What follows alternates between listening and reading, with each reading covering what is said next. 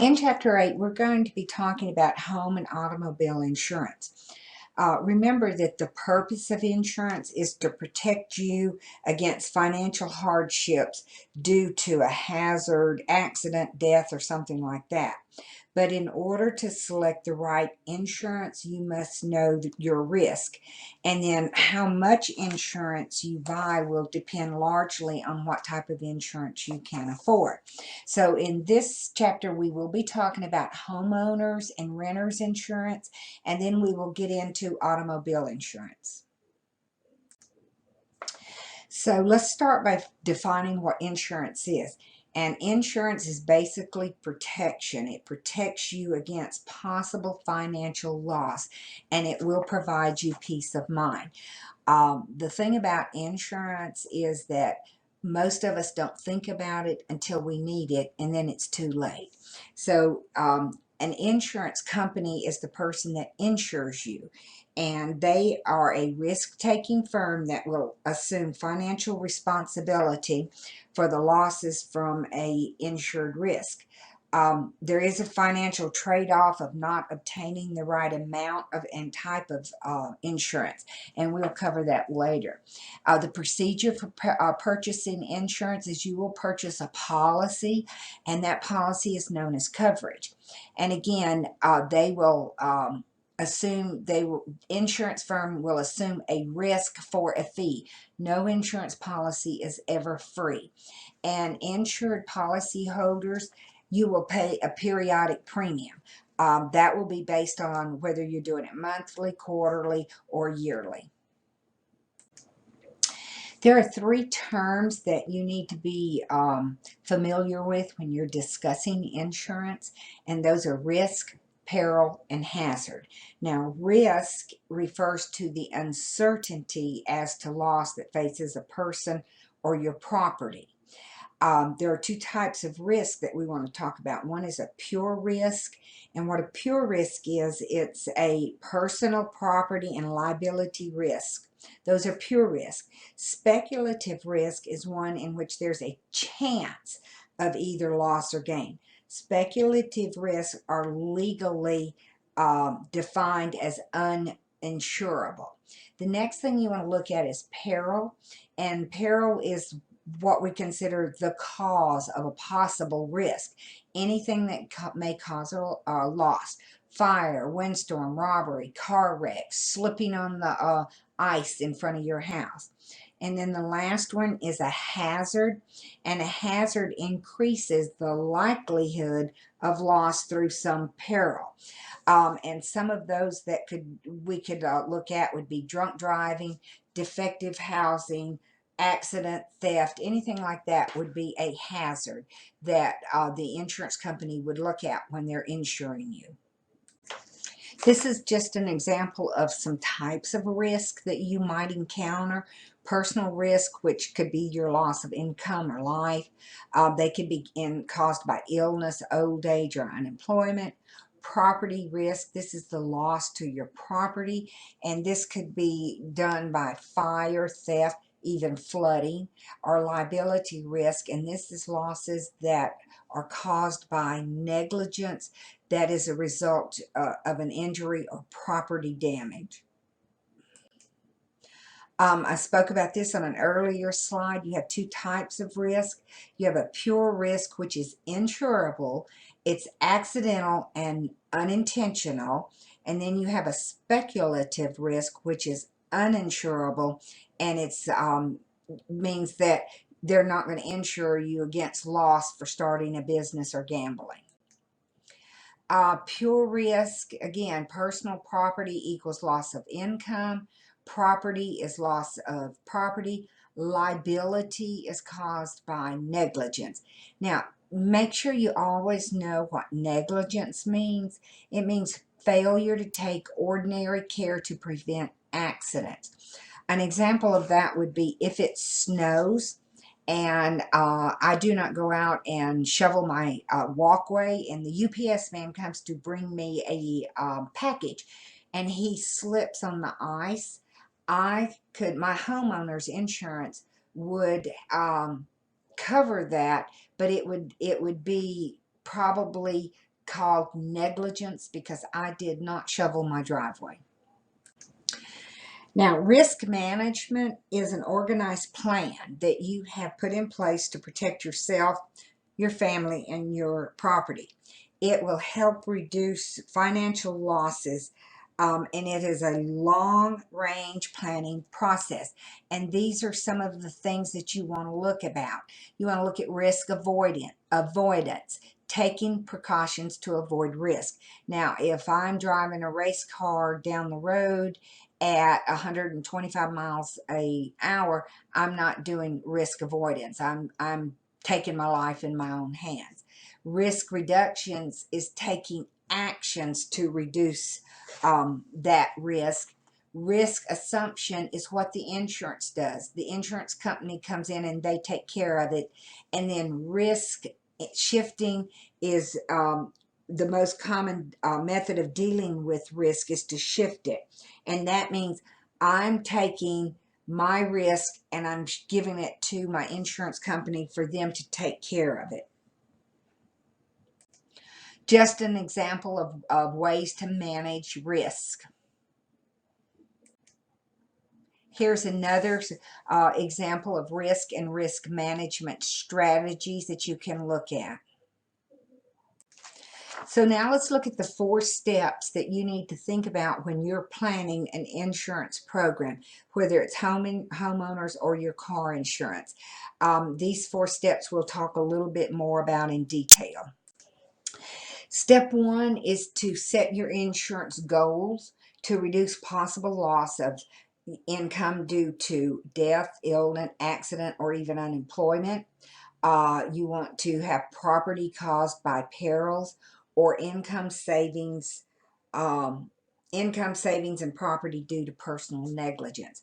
So what I'm doing in this step is I'm saying, if my husband died, do we have enough insurance for me to live financially stable for 3 or 4 years until I could get back on my feet? That is what you're doing when you're setting a goal for insurance. Step 2 is planning an insurance program.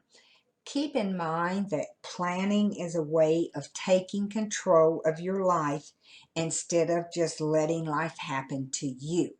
When you do that, then you're the one that is in control. And yes, sometimes you're going to get knocked off your feet, but you have a plan as to what you're going to do. So step 2 is to develop your plan. What do you need to insure? How much do you need to insure it for? What kind of insurance should you buy? And who should you buy it from? Step 3 is to put that plan into action. The best insurance plan would be flexible enough to respond with your changing life situations. How much insurance you need when you're 21 will not be the same amount of insurance when you're married, you have 2 children, and you're in your 40s. So you need to be thinking about flexibility. Your goal should be an insurance program that will expand or contract with the changing of your protection needs. And then step 4 is to check your results. Evaluate your insurance policy periodically. If you have a good insurance agent, they will do that for you, but don't be afraid to every 3 or 4 years to pull out those policies and make sure you have enough coverage. This slide just shows you how devastating property and liability can be as far as insurance payouts. And if you don't have insurance, they won't pay. So in 2012, Sandy was 18 billion. In 2005, there was hurricanes Katrina, Rita, and Wilma, and that was 50 billion. Flooding, 2 billion. And Hurricane Andrew, 22. So even though these are large things that we probably don't have in Georgia, there are other things that could cause you potential property losses. So that's why insurance is so important. So we've talked about you protecting yourself, from major losses such as flooding or tornadoes or things of that. But another thing that you do need to think about is to protect yourself from liability. And liability is the legal responsibility for the financial cost of another person's loss or injury. You can be held legally responsible even if the injury or damage was not your fault. So let's look at a couple of these. Here's liability due to negligence, and that's failure to take ordinary and reasonable care. Again, back to the example of not shoveling my sidewalk. Vicarious liability is you are held responsible for the actions of another, such as if your child throws a ball through a neighbor's window and breaks it, you are responsible to have that window replaced. The main component of homeowners insurance is the protection against financial loss due to damage in either your house or other structures on your property, which could be a garage, tools, trees, and shrubs. And you can also be granted additional living expenses, and some insurance companies will limit those to 10 to 20% of the property value, and then they also put a time limit on that. I know when the tornadoes came through in 1993, I believe it was, my neighbor's house was completely destroyed, and so the insurance company rebuilt it, and what they did was they provided them with living expenses for 9 months. Another thing that homeowners insurance covers will be your personal property, which would be furniture, appliances, clothing. Usually they will give you, depending on your policy, 55, 70, or 75% of your property value. And they do place limits on certain items such as jewelry, guns, things like that. You also will have what is considered a personal liability and related coverage, and this is what would cover someone gets hurt on your property. You can also get specialized coverage, for instance, earthquake and flood coverage. Many mortgage companies will not insure you if you do not have flood coverage if you are living in a flood plain. So that's something you need to check on when you're buying insurance policies. This is just an household inventory content, something that you might want to do so that you could prove what items you had. Now what they're suggesting is that you just take your cell phone or a camcorder, and you go through your house and you video everything in your house from top to bottom, and then you would have that to prove your contents of your house. You can also have personal liability umbrella policy. It's also called a catastrophic policy. And basically what that does is it gives you $1 million more in coverage. People that have swimming pools generally will have a policy like this that would cover more than just the basics if someone got hurt in their pool. Also, you can have medical payment coverage, and this is coverage for minor injuries for family members, pets that happen on your property or away from home. If I was you, I would check with my agent about pets. I haven't seen a policy that would cover pets, but I'm sure they're available. You can also add on endorsements, and again, that's for earthquake or flood or personal property floater that would cover any items of very high value. So if you had a lot of jewelry that was worth excessive amounts, you would want to do an endorsement, furs, or even art collections. The next thing we want to talk about is renter's insurance. If you are renting an apartment, a condo, or even a house, you need to consider purchasing renter insurance. It's generally very affordable, and several types. There's the broad form, which covers personal property loss specified in the policy.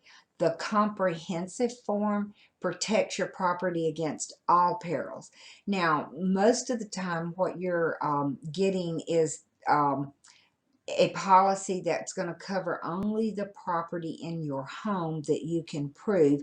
Does include liability coverage. If you choose replacement value, what replacement value is that if I have a TV and my house burns, if I have documentation that I paid $1,200 for that TV, they will replace it with a TV that is valued at least $1,200. Most people don't get replacement value because it is more costly. So at this point in your life, if you are renting, you probably need to check and make sure that you do have renter's insurance.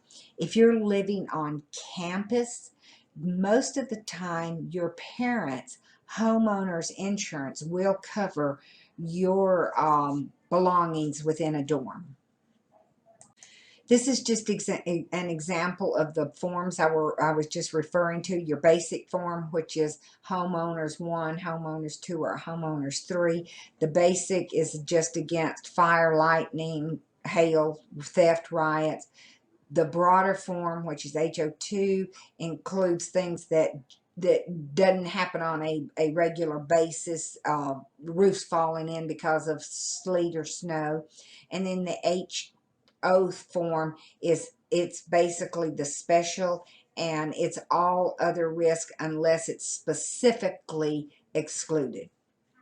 Haven't seen any nuclear accidents in Georgia. And then for you renters, you have an HO4, which is the tenant's form. The HO5 is the comprehensive form, and the condominium is HO6. So look at what's available and decide what would fit your needs and your financial ability to pay. Some of the cost factors that you need to consider when purchasing homeowners insurance is it should be based on the amount of money you need to rebuild your house, not on the amount that you paid for it. What would it cost to rebuild? Now, what they're talking about here is if I paid $150,000 to have my home built, first of all, it's going to cost a little bit more to have it built again, but I'm not having to pay for the land. So you have to think about that. And then you want to do the value of your home contents. The best thing you can do is to scan receipts for your major purchases, TVs, stereos, anything in your house that's a major investment. Have a receipt for it and keep that away from your home. Don't put it in a drawer at your home, because if your house burns or is blown away, you've lost that documentation. And then, do you need protection for specific items that we talked about a minute ago? And then, do you need liability insurance? That is something that you have to determine, is if someone's hurt, do you have enough liability coverage?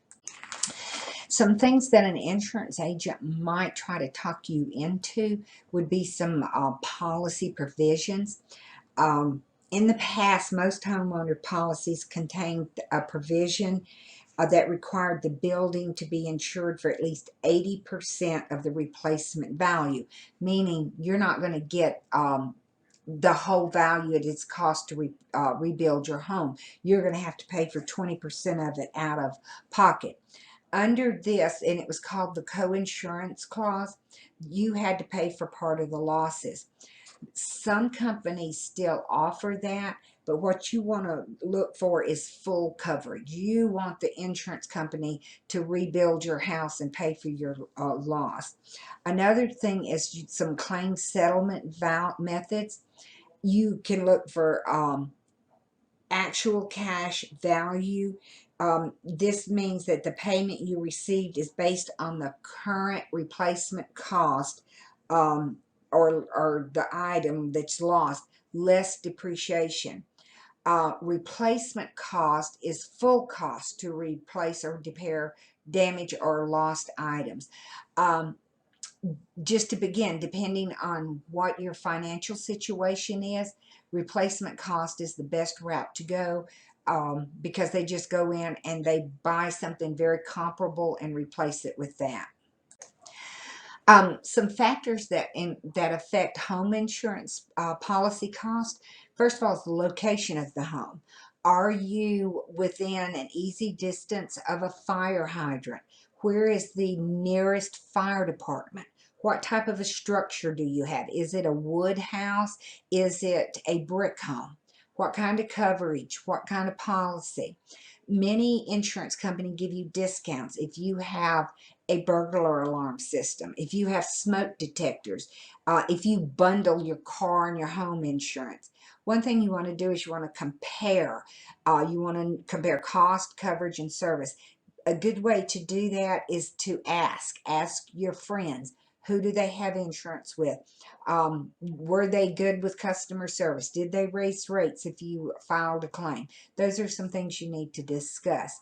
Also, the next slide has a video on it with Clark Howard talking about your deductibles. So be sure you watch this. It's very, very informative.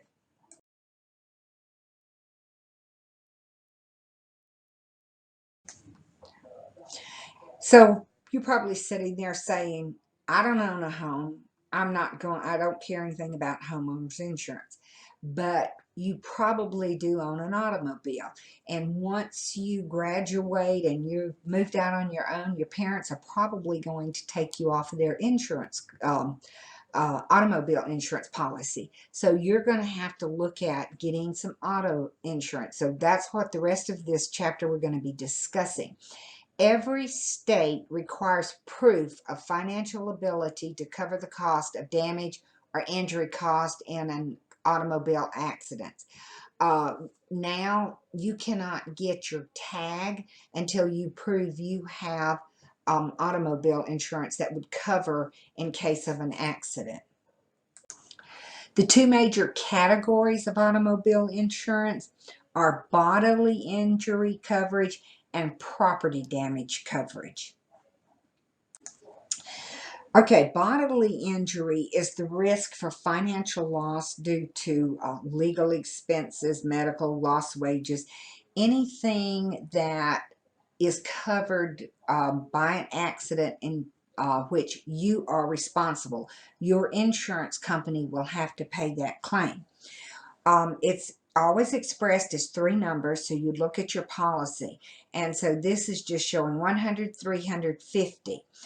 With 100, 300, an example would be a driver would have a limit of $100,000 that could be paid to one driver in an accident for claims. Then there's a limit of $300,000 for bodily injury, and then $50,000 for property damage. That's a pretty good coverage. Sometimes we need more, but that would be a good start.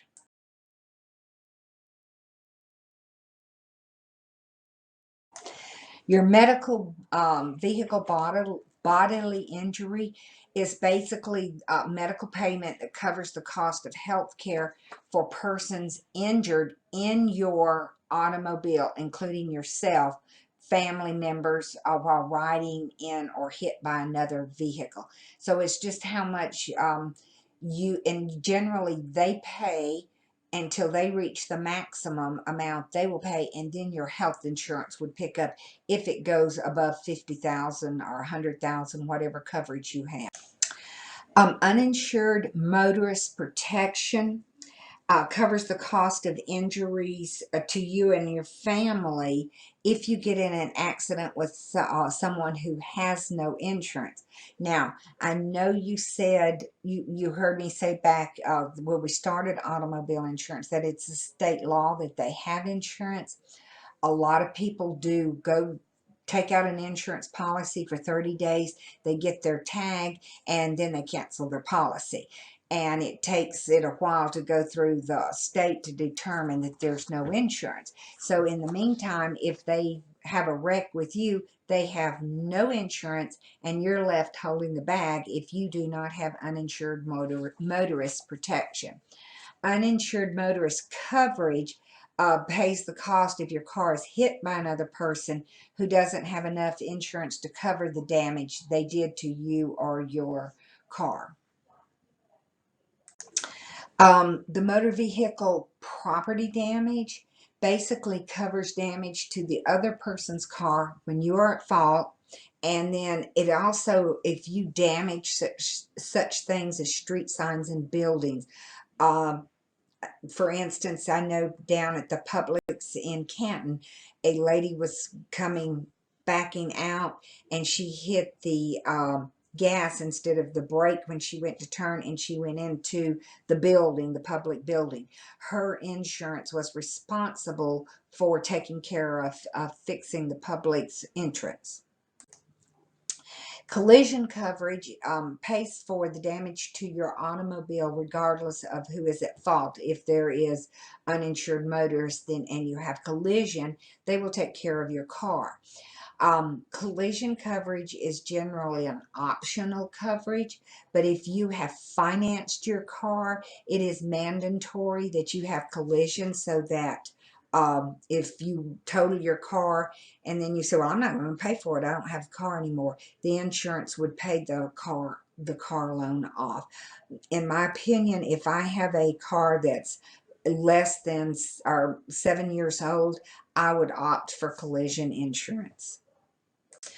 Comprehensive physical damage just covers damage to your vehicle not covered by a car wreck, such as fire, theft. If your windshield gets hit by a rock from a truck, hail, wind, anything like that. Another option you can look at is no fault. And what that is that each driver collects from your own insurance company for any medical expenses, lost wages, related injury.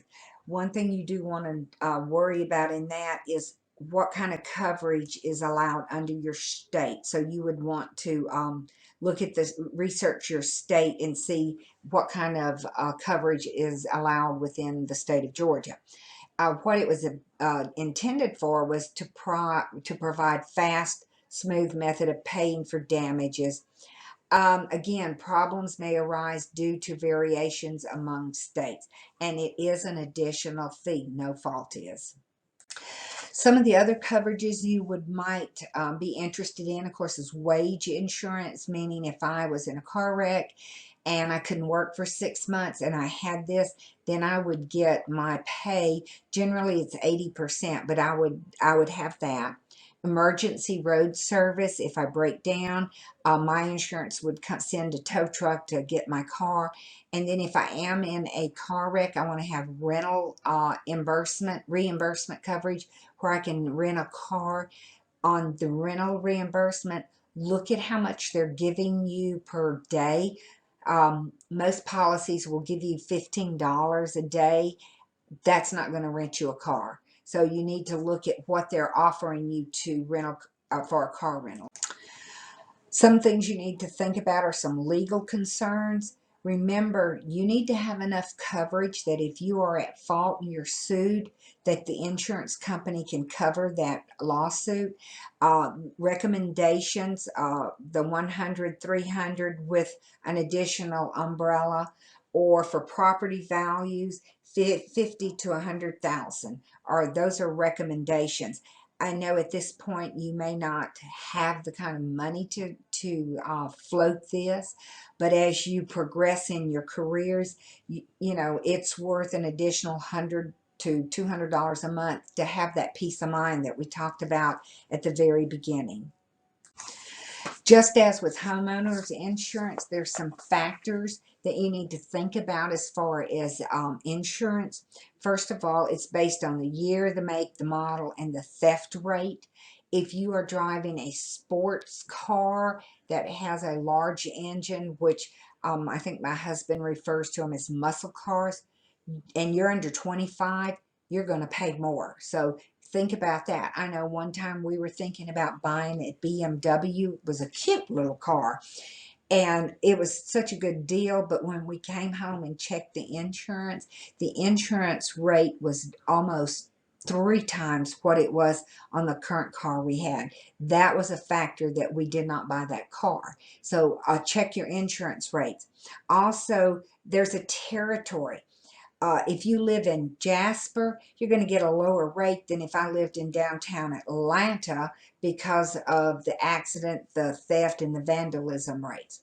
A big one that has to do with you is the age, your sex, your marital status, your credit history, your driving record, and your driving habits. That's the first thing they do, is they look at all that. Big factor. And then if you are unable to obtain insurance because you are young and stupid and you wrecked cars and you have a lot of speeding tickets, you can actually go into an assigned risk pool, and it's very, very expensive, but you can get insurance, but all you're going to be working for is to pay insurance on that car. This is just some ways that you can hopefully reduce your car insurance premiums. Also, the next slide is a short video from Clark Howard talking with you about ways to reduce your insurance rates, deductibles, different things like that. And at the end of that, that will conclude our chapter on automobile and homeowner insurance.